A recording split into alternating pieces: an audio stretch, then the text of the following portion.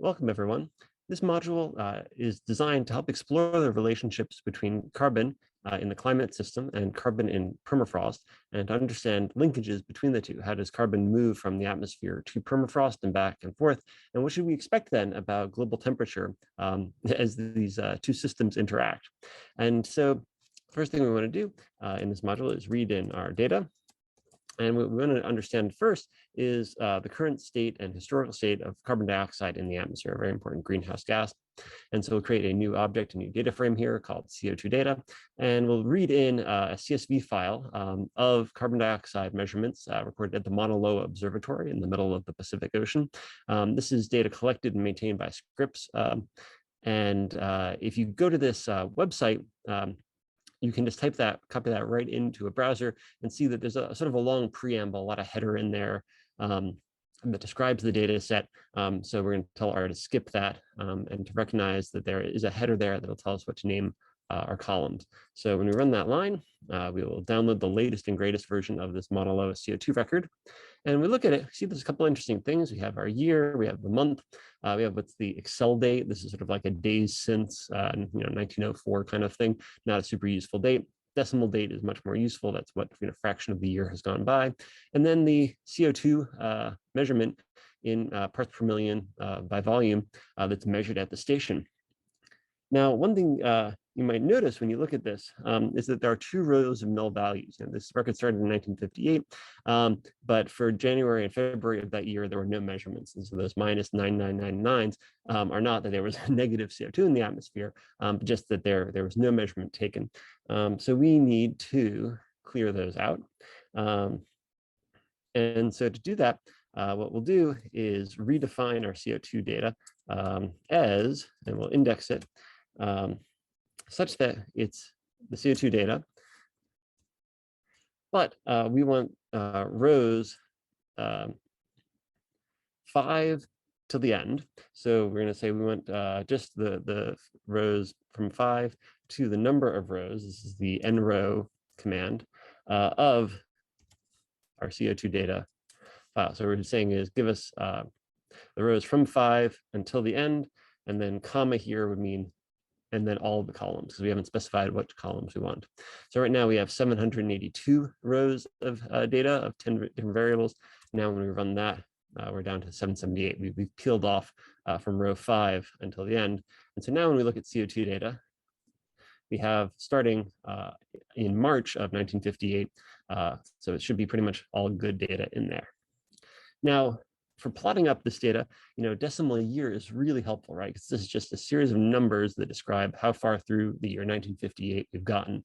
But date.1 is not a particularly useful name, right? This is decimal year. So we want to rename this column from date.1 to decimal year. So we'll use the column names command. And we want to change the column names in our CO2 data frame. And what we want is to take the column names now of the CO2 data. And we want to basically tell you, we want to set the column names in our CO2 data frame by looking for the column name for which the column name equals is exactly date.1. And this is a tool that will say, date.1. So it says, look for the column name that's called date.1. And we're going to turn that into something else. We're going to turn that into just decimal date. Nice underscore in there, no spaces in the column names. So we're going to list the column names, and we're going to find the column name, which is date.1, and then we will rename it. So when we run that line, now we'll go look into CO2 data, and sure enough, instead of date.1, we have decimal date, much nicer there. So that has tidied up our data a little bit. So let's make a plot of it, right? Let's plot up CO2 data, CO2 in the atmosphere now over time. And we do that, we'll make a plot. And let's see, we want to say our X value equals our CO2 data. And X is going to be the years, right? So we're in decimal date. And then our Y is going to be our CO2 data. CO2 data. And we want to just plot CO2, right? Which is one of our values in this data frame. If we look at that, CO2 is our concentration of CO2 in parts per million by volume. All right, so let's plot that up. And since this is continuous data, right, it's measured every month, year in and year out, we can say type is equal to L for a line plot. And let's, since these are values that are kind of above about 300 down to about 425, or up to about 425, we can set a Y limit range on it. Y lim is going to be a list now between 315 and 425. So when we make this plot, what do we see? A couple of things. We see that CO2 concentrations in the atmosphere have increased over time. This is something we see every single year in the historical record. We also see this cool sawtooth pattern. And this is CO2 entering and leaving the atmosphere seasonally. In the Northern Hemisphere, we have a lot of land. We have a lot of land plants. And so in the spring, as those plants grow, they're pulling CO2 out of the atmosphere and turning it into biomass. And then as things die off in the fall, that CO2 is released back into the atmosphere. So we get a seasonal sort of sawtooth pattern that comes from living things in the Earth system using and releasing CO2 into the atmosphere. Now, one thing you might notice is there's these weird dropouts, right? There's a bunch of like weird kind of spikes down here, little spikes down here, there's a spike down here. So what is that? Well, this is null data, right? These are our minus 99.99 values. And so one thing we want to do is figure out what they are, make sure that they're that minus 999,999. So we can say missing data, things that aren't actually in the record, is the minimum of our CO2 data. And because these are dropouts in our y-axis here, we know it's in that CO2 column. And so missing data is actually, yes, it's the sort of entry, which is minus 99.99. So let's now clear that out. So we can make a nice clean version of, so this is going to be, we're going to identify our missing data. And then in this next step, we'll remove missing data entries. So our CO2 data, we can now redefine one more time, is our CO2 data frame. And we want the rows for which CO2 data, CO2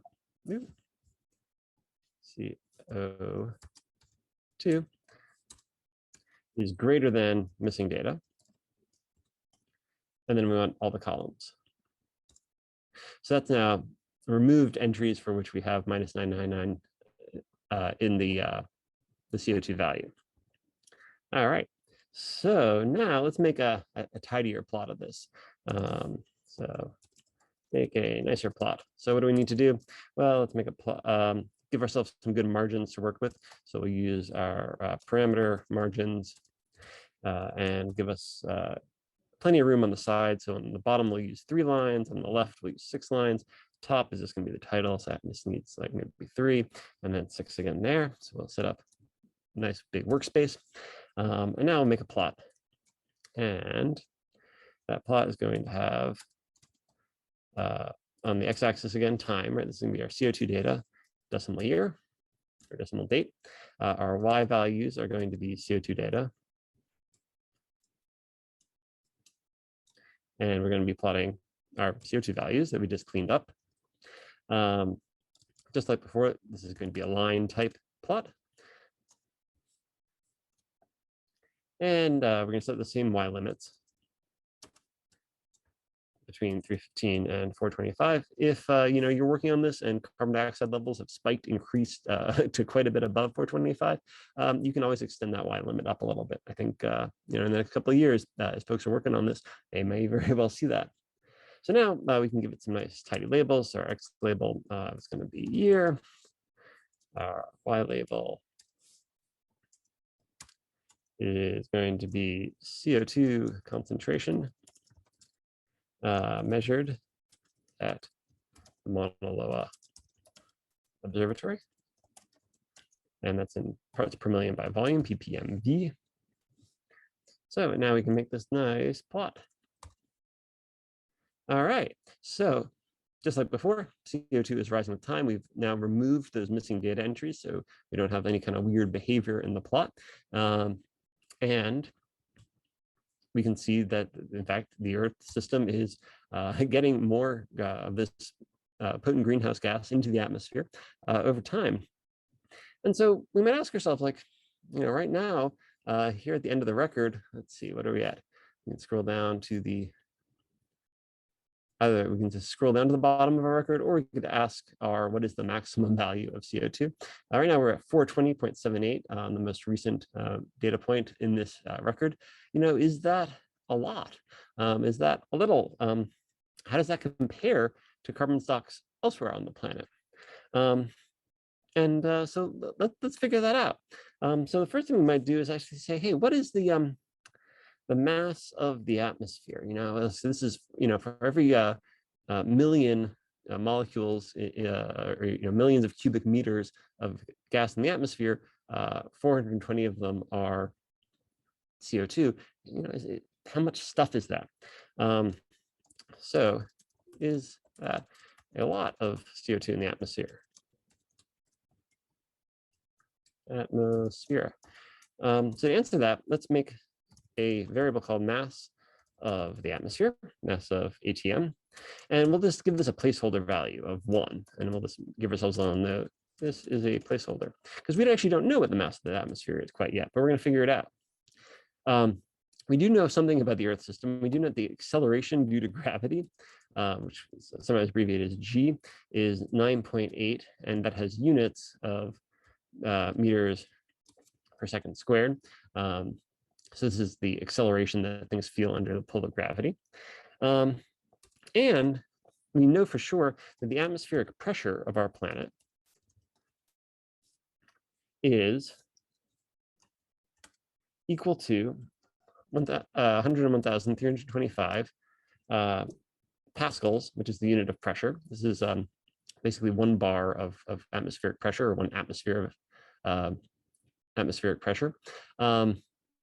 Or that's 101,325 newtons per square meter.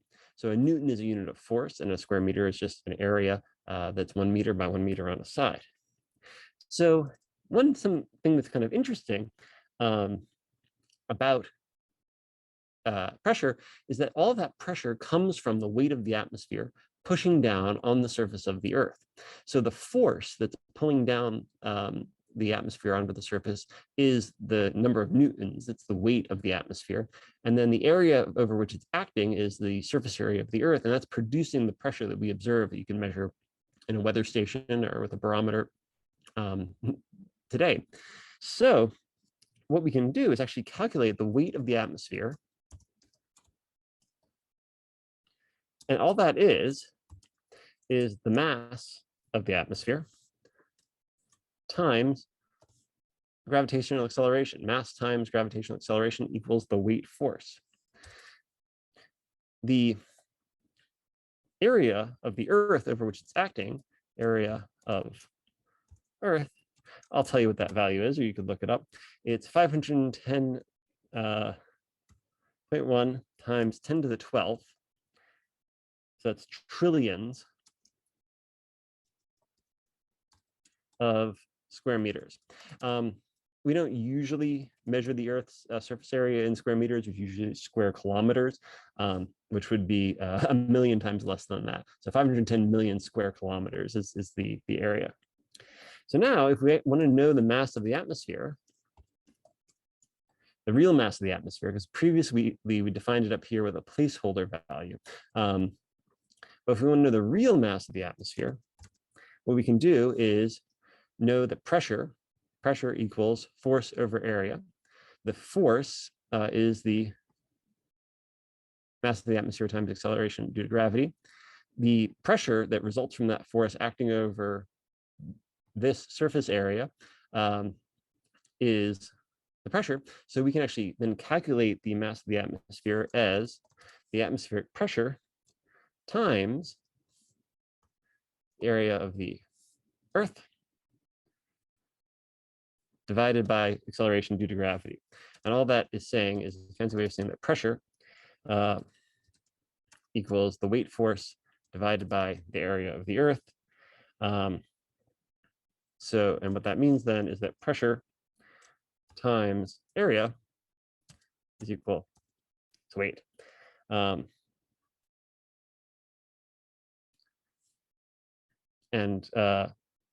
If we want to get rid of the gravitational acceleration and weight, we can then divide the pressure times the area divided by gravity. That's going to equal our mass in kilograms. All right, so when we run these lines, we'll define mass as just a placeholder.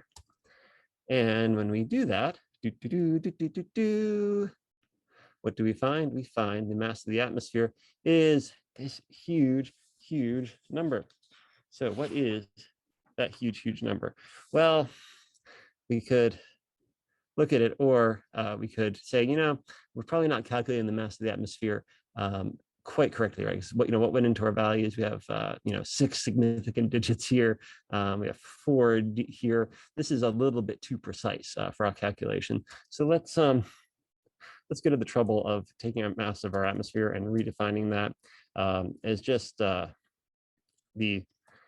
fewer significant digits. So we'll take the mass of the atmosphere, and we say let's do that just to 2 significant digits. So we'll just round up. All right, there we go. So 5.3 times 10 to the 18th kilograms. So now we know the mass of the atmosphere. The question is, how much of that by mass then is carbon? We know what it is by volume. And so in the next little snippet, we will look at how to take this mass of the atmosphere and figure out what the mass of carbon dioxide in the atmosphere is. So we know, if we burn a kilogram of coal or something, how much are we actually adding to the atmosphere? The canonical value of the mass of the atmosphere is 5.15 times 10 to the 18th kilograms. So with our back of the envelope calculation here, just knowing the rough surface area of the Earth and the atmospheric pressure, we've done a pretty good job of getting the right value. We're only off by a very small amount. And so that's a real theme that we'll be using in this module, is the idea that we can use back of the envelope sort of rough estimations to get some insight into how the process is working. And so now that we are thinking about the mass of the atmosphere, we want to think about the mass of CO2 in the atmosphere. So let's add in a column to our data table, our data frame that has the mass of CO2 in the atmosphere. So to do that, you might want to know that 1 part per million by volume of the atmosphere is equal to 2.14 gigatons of carbon. If you want to go through the conversion for that, there's a wide variety of ways to kind of think about what the volume mixing ratios of different gases are in the atmosphere, and knowing that each of them has a different molecular mass. But this is the number that we'll be using. And that simplifies things quite a bit, right? Because our CO2 data, we now want to make a column for that that's called mass of CO2. Previously, we had a column that was just the CO2 volume, and we'll do that in gigatons. And so we'll define that column is just the CO2 data, CO2 value, and that's in mass, in parts per million by volume, times 2.14. Now, if we do that, we're going to get an error. All right, non-numeric argument to the binary operator. What does that mean? Well, if we look at the structure of our CO2 data, one thing we'll see is that our CO2 values, which we've been plotting on this graph that we thought were numerical values, are in fact listed as characters, right? They're listed as text. And R is smart enough to plot that correctly on the y-axis, but if you want to actually do math, you need to be multiplying a number like 2.14 gigatons of carbon per 1 part per million by volume by a number. And so we're going to tell R that we should treat this as a numeric value. So as numeric is a function that will run on our CO2 data. And now when we multiply that by a number, we'll actually get a value. What you might notice is that has increased the number of variables in our data table because we now have our mass of CO2 in the atmosphere in gigatons over time. All right, so now let's actually add that CO2 by mass to our plot. And so to do that, we'll use the parameter that says new equals true. And this is going to take what we're about to plot with a plot command, and we're going to put it on our nice plot here. So now we want to plot CO2 data. And in this case, instead of plotting the CO2 volume fraction, we want to plot the mass that's on the y-axis as a function of our x. That's still our CO2 data decimal year, our decimal date.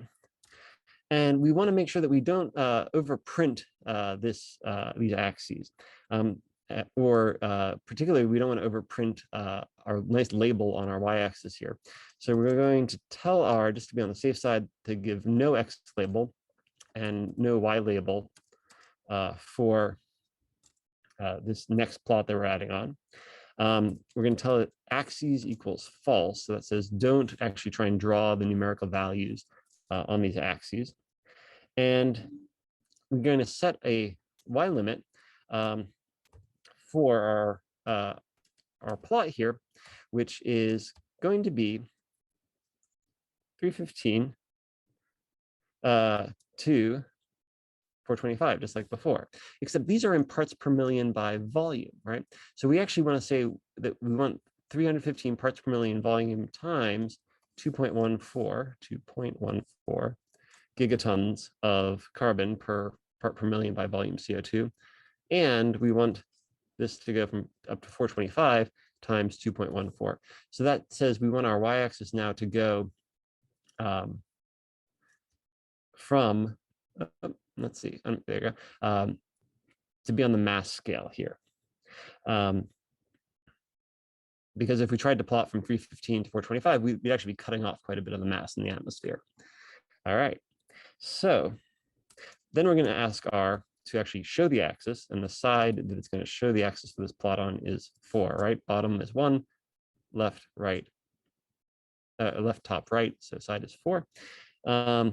And we're going to have R put in some text, mtext, and what the text is going to be is our label, and it's going to say gigatons of carbon in atmosphere.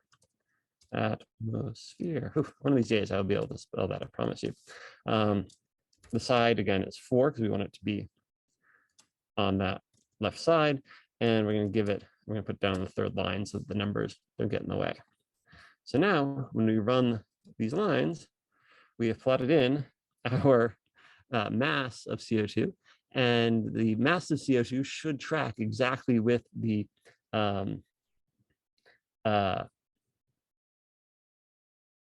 volume fraction of CO2, but it's doing so now on this axis, showing the gigatons of carbon in the atmosphere. Now, you might notice this looks pretty terrible. We probably should have treated this as a line, right? So we can go back to our plot here and remind it that type equals line. And so now, let's clear this plot. We make our nice plot that we had before, and now we'll add in our mass plot. And sure enough, those two lines completely overprint each other, again, because all we're plotting on this right axis is the mass of CO2, and that mass of CO2 is determined from the volume percent, from that volume mixing ratio. So last thing we might want to do is get a sense of how this rate is increasing with time. before we think about CO2 in the permafrost system. So how much is CO2 concentration increasing? And to answer that question, we might just try and fit a line through this curve. And of course, you might see that this is a curve that has an accelerating rate. And industrial economies are emitting more and more carbon dioxide into the atmosphere. Land use changes are releasing more and more CO2 into the atmosphere. We are not slowing this progression. We might create a object here called CO2 rate, and we'll define that as a linear model, just a best fit line that looks at the CO2 data, the mass of CO2 in the that we're putting into the atmosphere in gigatons, as a function of time. So as a function of gigatons per year. So we want our CO2 data and decimal year. Now, if we try and do this, again, we're going to run into a problem, because if we look again at the structure of our CO2 data, oh, look at that. All right, we are actually okay, because this is a number here now for our mass of CO2. So we should be all right. All right. So now we have a, interesting, but look at that. It's defining it as text here. So we better tell it that we want a linear model as the number for that. So linear model as numeric.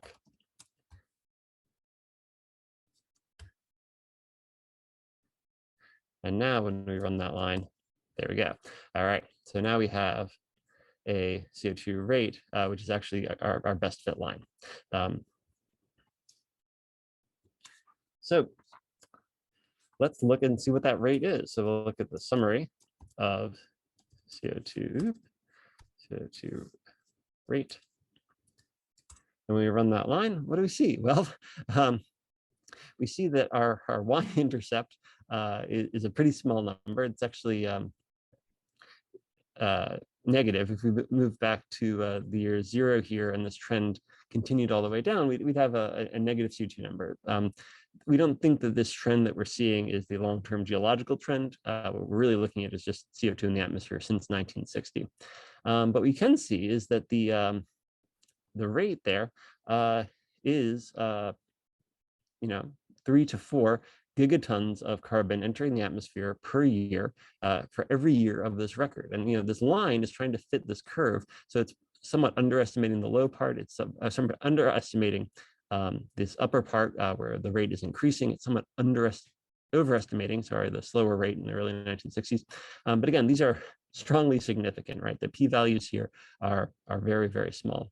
And what that means is that there is really no doubt that the amount of carbon dioxide entering the atmosphere is increasing with time. And what we want to know in the next section of these videos is to understand what that increasing CO2 concentration in the atmosphere is doing to global temperature.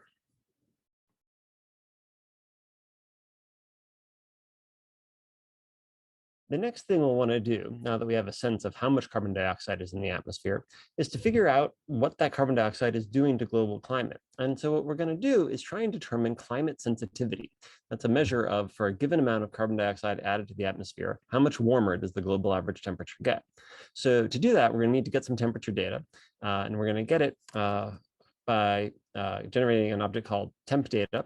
We're going to read a table of data, and it's, instead of a CSV, it's actually a text file served by NASA, and it's the global mean estimates for global temperature based on land and ocean measurements together. So this is combining data from ships, buoys, land observation satellites, etc.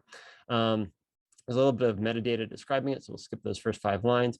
And when we get this data set, one thing we'll see about it is, when we look at temp data here, we have, looks like a bunch of years, and then these numbers are not the global average temperature, they're the anomaly. So the difference between the global average temperature that year and the long-term average between 1951 and 1980. So when those numbers are positive, it means that those years are warmer than that average, and if they're negative, it means they're cooler than that average. So we've got our temperature data then now, but yeah, these column heads are not super useful, values 1, values 2, values 3. So let's use the column names function to change the values for our temp data, to change the column headers there to a list of what they are. So we have the year, we have the raw, which is the raw global anomaly, and the smoothed anomaly, which has been undergone a little bit of processing. We'll mostly be working with the raw. So we'll change the column names, column names. And now our temperature data has year, raw anomaly, and smoothed anomaly. Awesome. So now what we want to do is actually look at our, we're going to plot our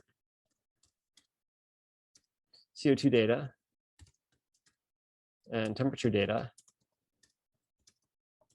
together. So to do that, we're going to set up a plot that's going to be 2 side-by-side plots.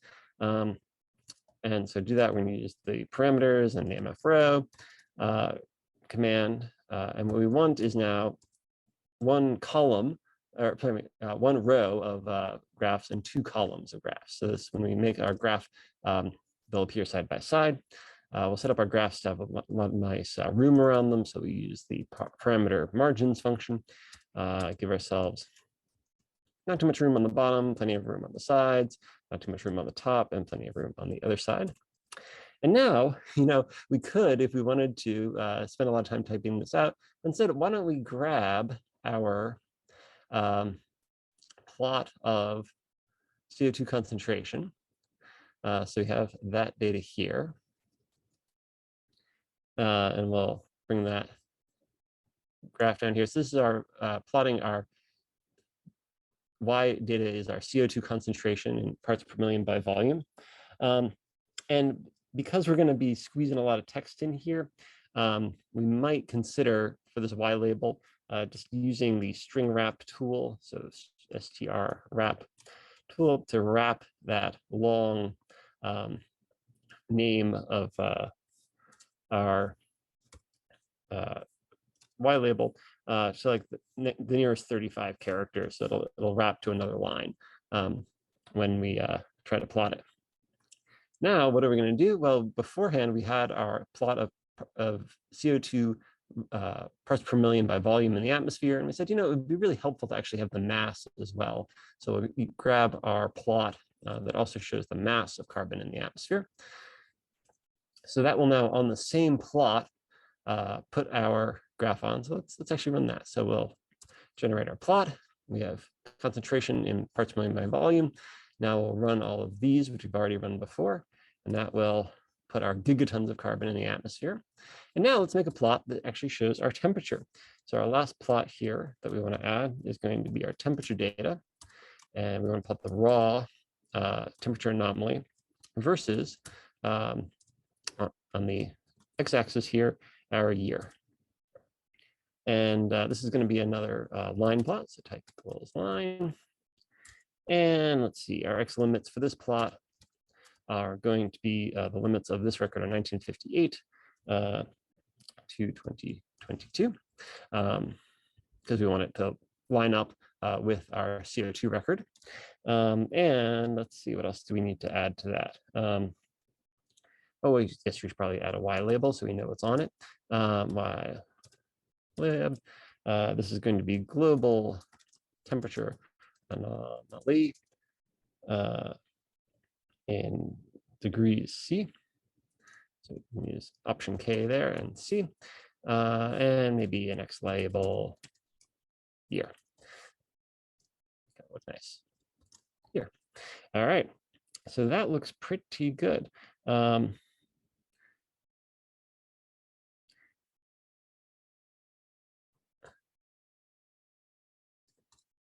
So now we generate our plot side by side, and what do we see?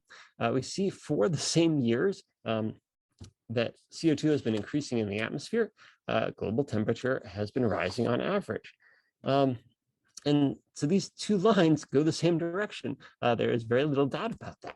So one question you might ask is, can we figure out how much warming comes from how many gigatons of carbon being added to the atmosphere? And of course, the answer is we can. So to do that, we're going to want to compare our carbon dioxide concentrations to our temperature measurements. Now, if we are going to do that, our CO2 data is plotted by year and month, right? So we have a lot more data points on our CO2 graph, whereas our temperature data, you might notice, is plotted up by year.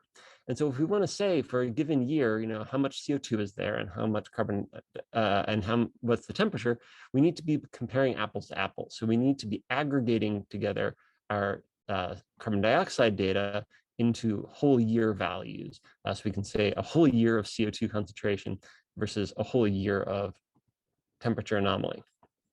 And so to do that, we're going to create a new object here called yearly CO2. And that's going to be a data frame.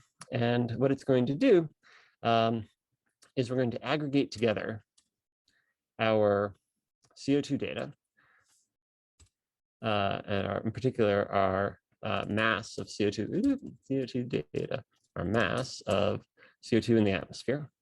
And we're going to aggregate it using our year.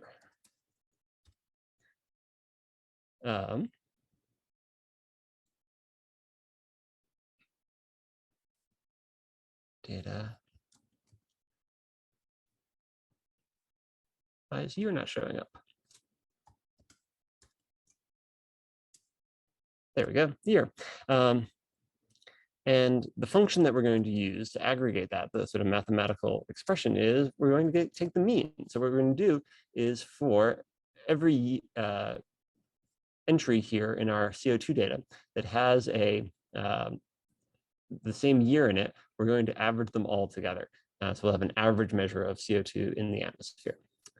So we run that, and now we have yearly CO2 data, which has the year, and it has the average carbon dioxide mass in the atmosphere for that year.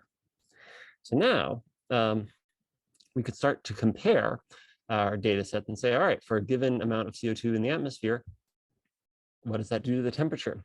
Of course, if we want to compare them, let's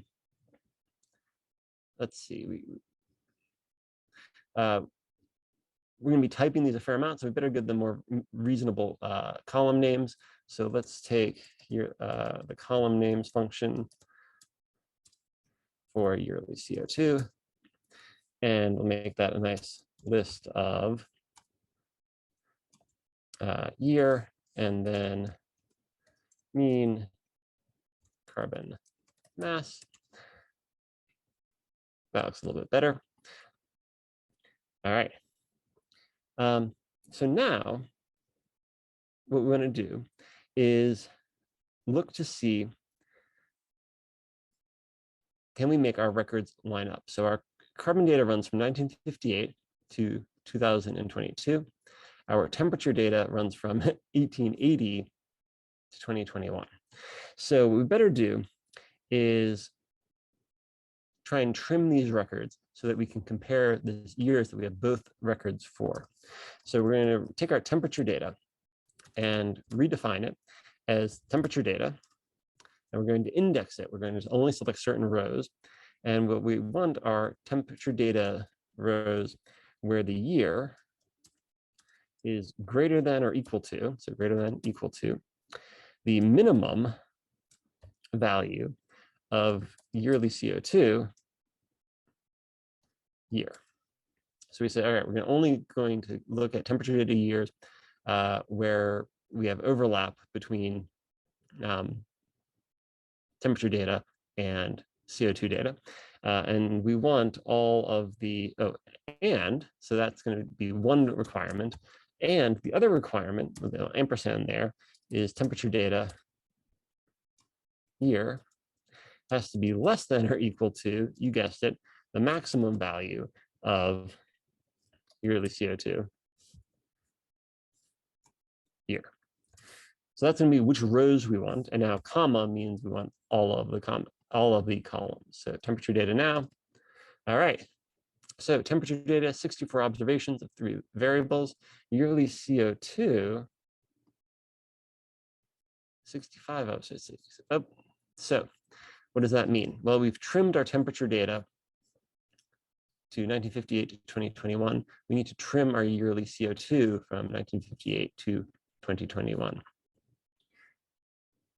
So if the lanes don't match up, let's trim them down. So yearly CO2 is going to be redefined as yearly CO2 indexed again, where we want rows 1 to, in this case, 64, so that matches up, and all of the columns. All right, so now we have temperature data, 64 entries. We have CO2 data, 64 entries. Now we can plot them against each other. So now, instead of making a time series plot, like we've done before, where we look at values over time, we'll make a scatter plot looking at those values relative to one another. So let's just make a single plot this time. So we'll take our MFRO function and go back to 1 row and 1 column of graphs. And let's plot now temperature data and the raw anomalies on the y-axis relative to yearly CO2. And what we want to plot for that is the mean mass of carbon in the atmosphere. For labeling this, right, this is not going to have year on the X labels now. Now our X label is actually mean mass of carbon in the atmosphere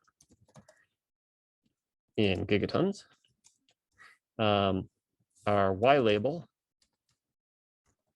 is going to be the mean temperature anomaly in degrees C. And just so folks know what this is, let's give them a title. Main is global carbon climate sensitivity. So look at that. Now, sorry, X label not showing up, very curious. So now what do we see? As we increase our amount of carbon dioxide in the atmosphere, sure enough, our temperature starts to rise. And this is a pretty striking correlation. Well, how striking is it? Well, let's calculate the sensitivity. So our sensitivity is going to be, sensitivity is going to be just the linear fit to this data. So it's going to be a linear model that relates our temperature data and the raw anomaly change to as a function of our yearly CO2 and the mass, mean carbon mass. So this is actually going to be the linear function that's going to relate how much CO2 is in, how adding CO2 to the atmosphere changes our temperature anomaly. So we can run that. And now we can look at the summary of our sensitivity plot. And when we run that, what do we see? Well, we see for every addition of a gigaton of CO2 into the atmosphere, we're gaining about 0.005 degrees, or for every 100 gigatons of carbon that we're adding to the atmosphere, we're raising our temperature by about half a degree. And that's a big global change for a fairly small amount of carbon going into the atmosphere. Our atmosphere is extraordinarily sensitive to the amount of greenhouse gases like CO2 in it. And you can see that extreme sensitivity in this really good fit. This is a highly significant result.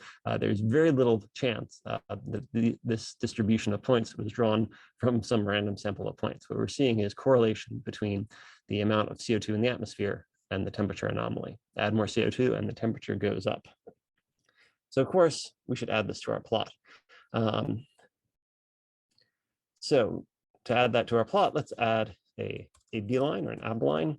And the AB line is just going to be our sensitivity linear model, making a nice dashed line, line type equals 3, and color equals red, so it really stands out. All right, so now we've got a pretty tidy model.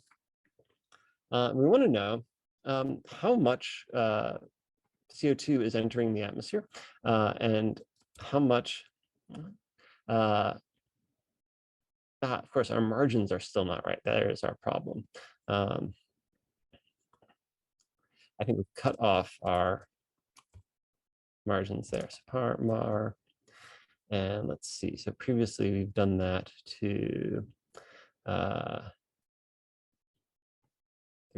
let's give ourselves a little bit more room on the bottom there. So bottom, yes, there we go. There we go. There's our mass of carbon in the atmosphere. All right. So if we want to show folks what it means to add a gigaton of carbon to the atmosphere or 100 gigatons of carbon to the atmosphere, then we should probably write it on the plot. And so what we can do is actually plot these values from our summary table here on the graph itself. So these are coefficients, right? This is the intercept of this line at x equals 0. So if you had 0 CO2 in the atmosphere, our planet would be an exceptionally cold place. Right now, there's more than we need. And then we have the rate of change. For a given amount of CO2 added to the atmosphere, how much warmer does it get? So we'll make a new object here, which is CF for coefficients. We're just going to round the coefficients, those values of sensitivity, which is our climate model, to 3 decimal places, make them a little bit easier to plot. We don't want to have 0.00485 on the graph. That's too much to show folks. Then we're going to write an equation that we're going to put on the graph. It's just going to be the equation of the best fit line, for numerate folks who want to know what's going on. So we'll use this paste 0 function. That's going to just write some text. And what it's going to say is every 100 gigaton of carbon equals, then we're going to paste in not a text string, but a value, right? So we're going to take the coefficients object that we've just created, and so we want number 2 on that list, which is going to be, in this case, our slope times 100. So this value here on our slope is for every 1 gigaton of carbon. If we multiply it by 100, we get for every 100 gigatons of carbon. So that's going to get pasted in. And now we want to write again. It's going to be that many degrees C of warming.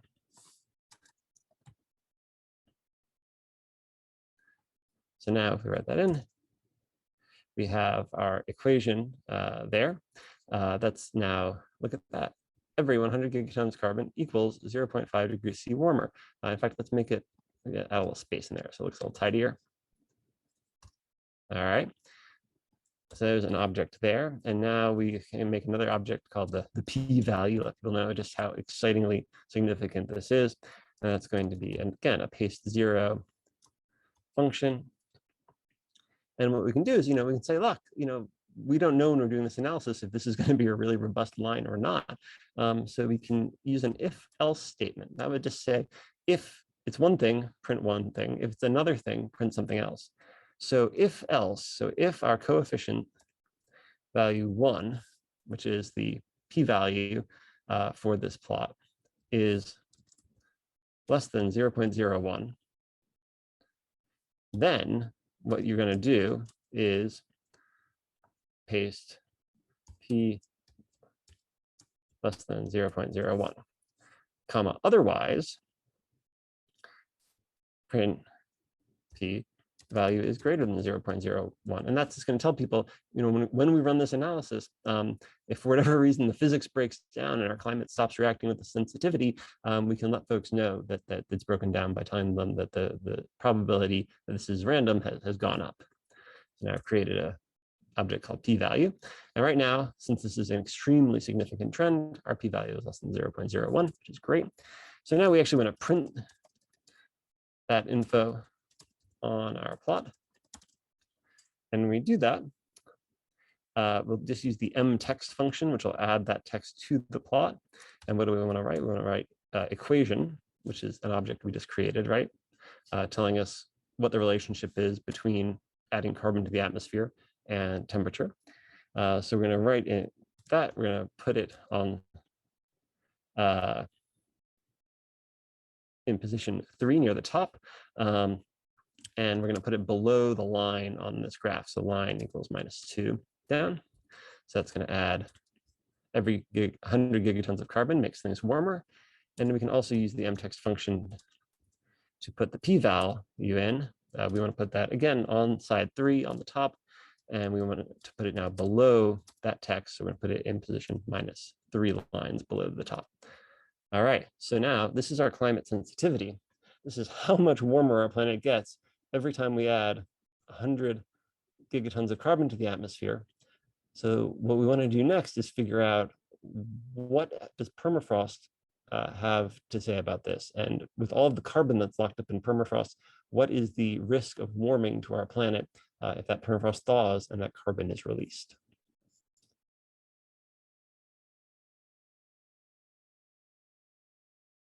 Now that we have an understanding of how carbon dioxide in the atmosphere impacts global temperature, it might be interesting to think about how the Earth system affects the carbon dioxide in the atmosphere, not just human releases of carbon dioxide and methane and other greenhouse gases. And so we're going to look at carbon stored in permafrost and peatlands. And to do that, we're going to generate a new data table here called peat data. And we're going to read in a data table that is available for you to download, which is called Huge Table 1. We can bring that data set in, get a little warning that the last line of that data table is not complete. That's okay. Look at the peat data. So what do we have here? This is a different kind of data set from what we've been looking at before. This has 3 different kinds of data, and it has different attributes for each of these groups. So we're looking at all peatlands together, unfrozen peatlands, and permafrost, permanently frozen peatlands. And we have the area in millions of square kilometers. We have an area uncertainty. We have measure of thickness. We have measure of organic carbon storage. So this is not time series data. This is actually telling us about the attributes of these different groups of peatlands. And so we want to plot them not as a bar plot, probably not as like a time series graph or as a scatter plot like we've done before, but as a bar plot. We're actually kind of compare these different features together. So to do that, we're going to set up our work area here. So we'll adjust the margins a little bit, just so we have lots of room to work. And we'll give ourselves lots of room, 6 lines on all sides.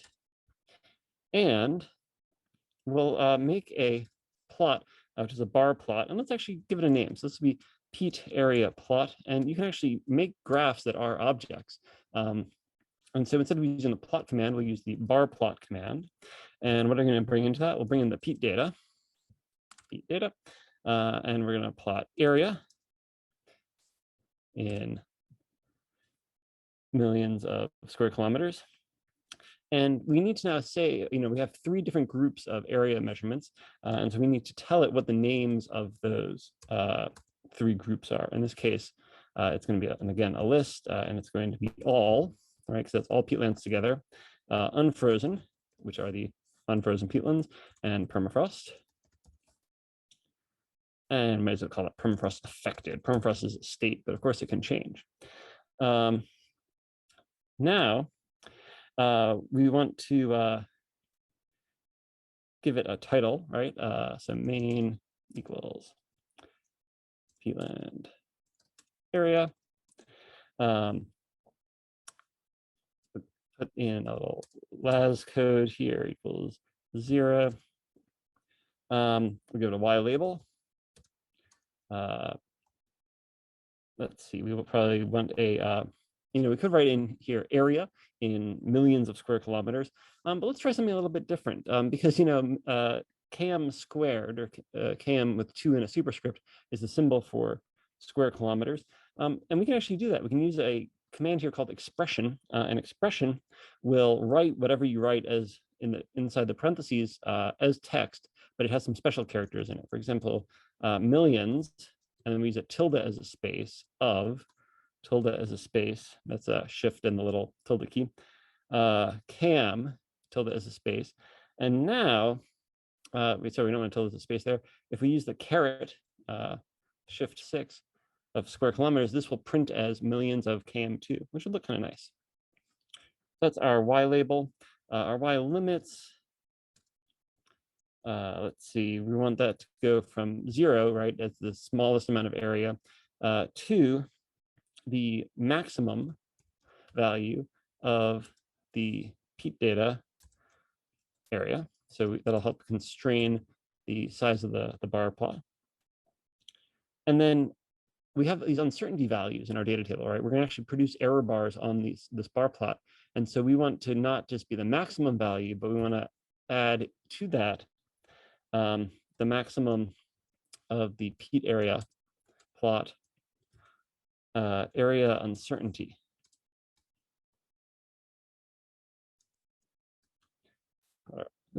Peat, oh, there we go, peat data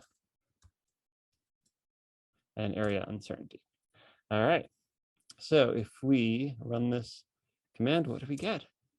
Our first bar plot, pretty cool. So this is now peatland area, all peatland area, unfrozen and permafrost affected. So we stack these two bars next to each other, they should stack up and make the area in millions of square kilometers, pretty tidy. But since we went to the trouble of adding error bars, add error bars, we added room for error bars, let's actually add them. So we use a command here called arrows. And arrows just makes lines of various lengths with the various kind of end caps and things on them.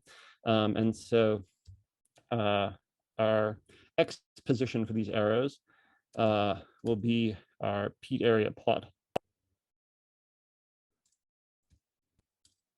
And the kind of arrows will be bars. Sorry. It would be peat area plot there. And then our Y positions will be the peat data area plus our peat data uncertainty.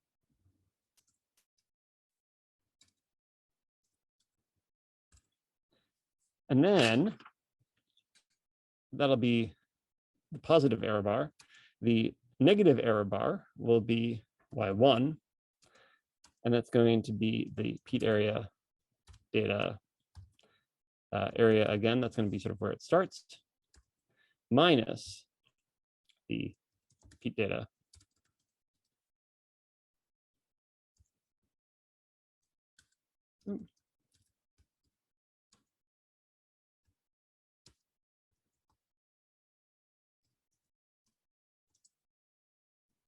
uncertainty. And the angle this is going to be at is going to be 90. There's a code which is going to describe sort of how the line is going to end. That's going to be 3 to make a nice cap at the top and bottom. And the length of that cap will be 0.1. So now let's add in those arrows. We do that, look at that. Our uncertainty bars are, because this is a huge global measure of peatland area, are added in. So we now have error bars, uncertainty bars on our bar chart, which is pretty slick. All right. So in our data table, our peat data, we had area. Now it would be nice to make a series of plots that would show things like peat thickness or the amount of carbon in them. And so this is a case where we can use copy and pasting again, sort of been a theme of a lot of these activities, to generate multiple plots for comparison altogether. And so we have 4 values that we want to compare. So if we're going to do that, so let's make a little note that we're going to compare all values. And if we're going to make multiple plots together, we use the mfrow command, and we want to do 2 by 2. So we'll have 4 plots total. And let's see, we'll give ourselves lots of margins.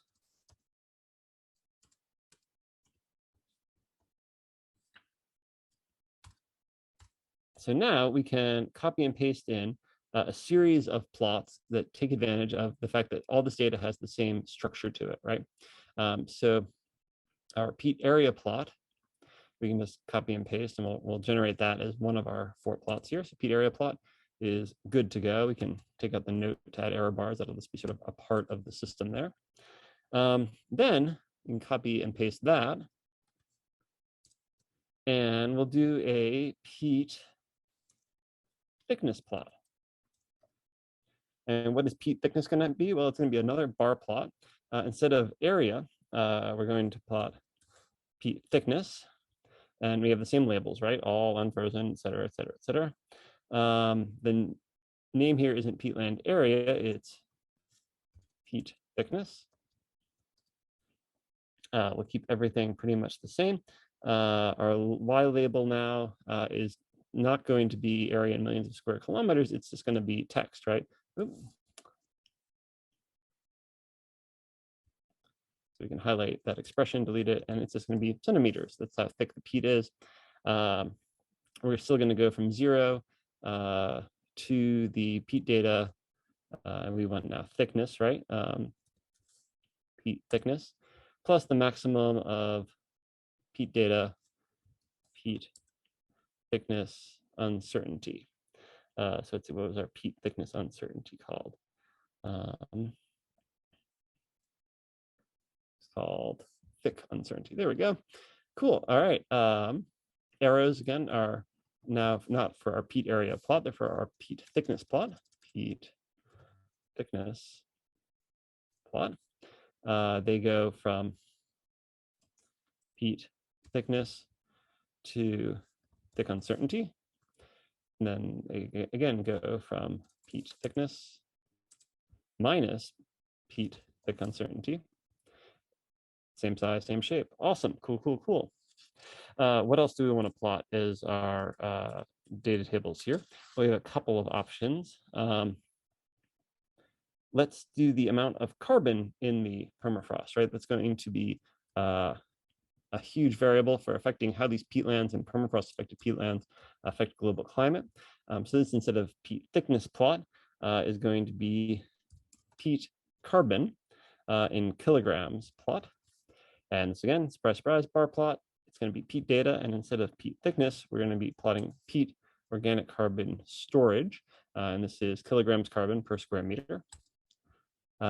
Names are the same. The title is going to be peat carbon aerial storage, and that this describes the spatial extent of carbon storage. Here again, we want to use an expression for our Y label to make it look really nice. And that expression might be something like kilograms tilde carbon. Maybe make it just a big C. Carbon per m caret 2, up to for per meter squared. YLIM, peat data, we want to go again, peat storage plus the maximum of KGC uncertainty. All right, our error bars now go on our peat carbon in kilograms plot. So we can just then go through and say it's not peat thickness again, it's peat organic carbon storage plus, oh, not thickness uncertainty. It is the kg, kilograms of carbon uncertainty. Our Y1 is peat organic carbon storage minus kg C uncertainty. Angle's the same, code's the same, length is the same. Cool. All right, we have one more plot. We've made 3. Let's make the 4th one. The 4th one is going to be the peat in petograms of carbon, equivalent to gigatons. So this is going to be peat carbon in petograms plot. And our data here is peat organic carbon storage in petograms, peat carbon mass storage, that tells us what the actual mass is in grams or kilograms. Our Y label, we don't need to pay an expression here because it's, don't have any fancy characters. We can just use text, and it could be like peat.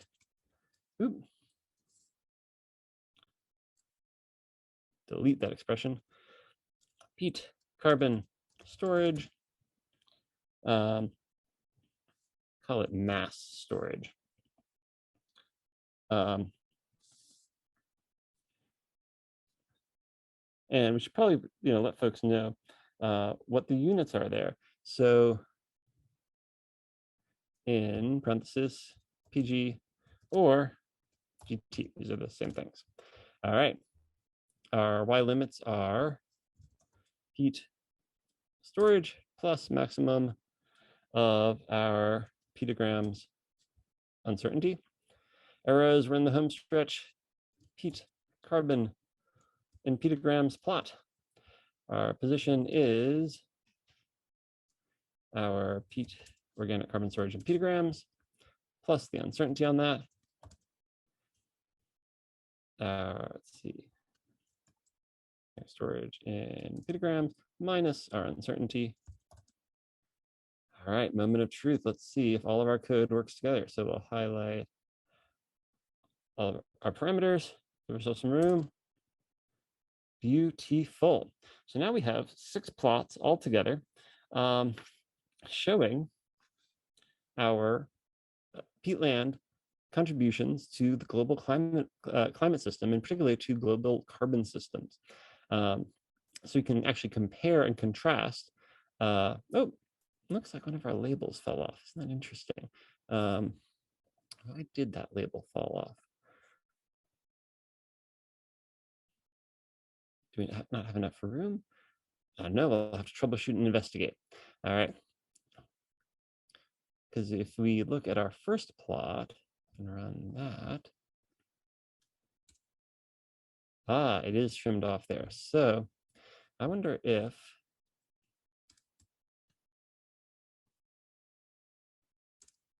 there we go. Permafrost affected was too long. So we can clear our plots here if we want, clear the history. And maybe instead of permafrost affected, we'll just give ourselves a little bit of room. It looks like it hit the margin and was a little bit too far. People will understand what we mean if we say permafrost instead of permafrost affected. So we can go up, we run it, and beautiful. All right. So this is interesting. We want to look and see of all the global peatlands, which one of them is the most susceptible to climate change, which one is most likely to release carbon as a function of climate change, and how much carbon could be released into the atmosphere. And so we'll look at that next.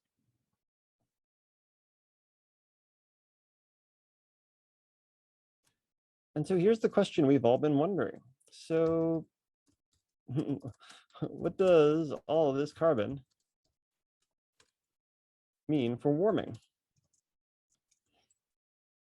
Well, we should probably check that out. So let's look at the projections for how climate change is going to affect these peatlands. So we'll generate a new data frame called warming, and we'll read in some more data. This is, we particularly want the warming table S2. And this data, let's see, warming, if we take a look at it, shows degrees of global average warming, and then the area of permafrost affected peatlands that will remain in response to warming. So if there's no additional warming, we have a certain peatland area. As warming increases by a few degrees Celsius, we lose more and more and more permafrost affected peatlands, and they thaw and become no longer permafrost affected. And there's some uncertainty on those plots. So let's take a look at that data. Let's just make one plot. So we'll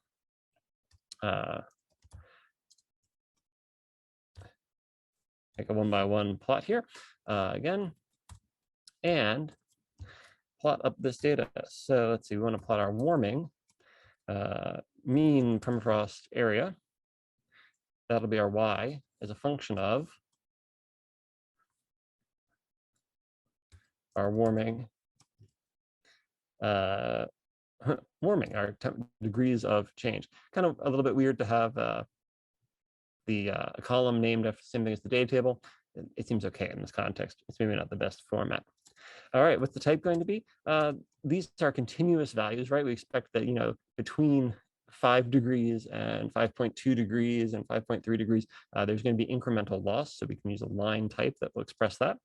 Our title here is going to be Permafrost Extent in a warmer world. X labels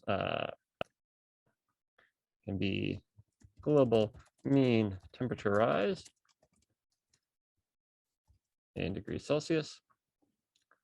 And our Y labels, oh, let's use an expression again, just for old time's sake, because we want it to say permafrost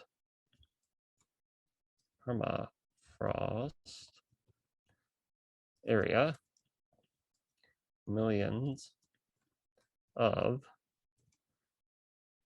cam up to. It'll look really tidy. All right, so now we'll make our plot. And there we have it. If as warming increases, the area of permafrost affected peatland decreases. Now there's some uncertainty about this. It depends on the amount of water in the system. It depends about precipitation, drainage, thermal properties of the soils. So we can add in some error bars, some uncertainty limits using the lines command, because our data happens to fall into that format where we can just plot up these uncertainty bars, which show the maximum and minimum predicted loss of permafrost. And so this is data that lives in our warming data table. And again, the maximum possible value would be our maximum permafrost area as a function of warming and the amount of warming. And let's make this a dashed line. So line type equals 3. So you can add that line in.